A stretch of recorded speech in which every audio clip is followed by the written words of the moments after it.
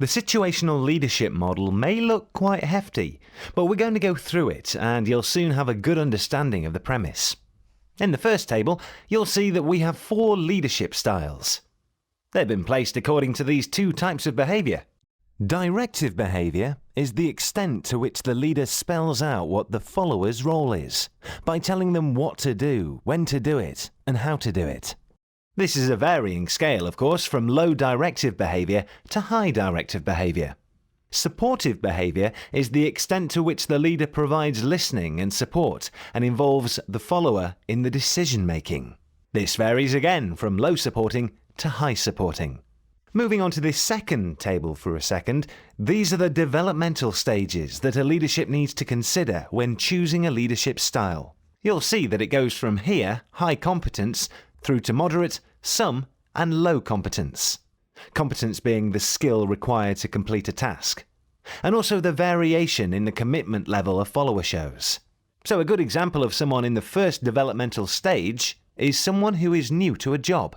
They would most likely have low competence being new, but high commitment and enthusiasm.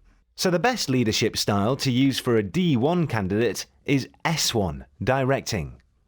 As you can see, directing sits high on the directive behaviour line, but low on the supportive behaviour line.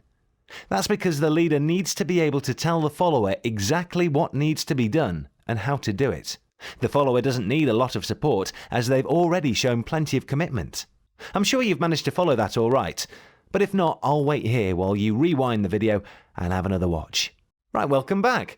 Now, developmental stage D2 shows a follower who has some competence but low commitment, and this might be the case if someone starts a new task that turns out to be rather dull.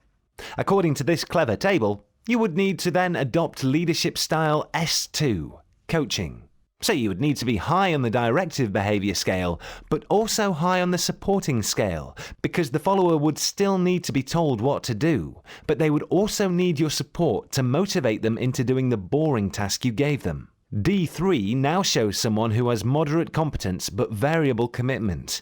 This can be a follower who might now have the skills necessary to do the task, but their confidence is wavering. D3 equals S3, a supporting style. This sits low on the directive scale because the follower already has the skills they need to perform the task.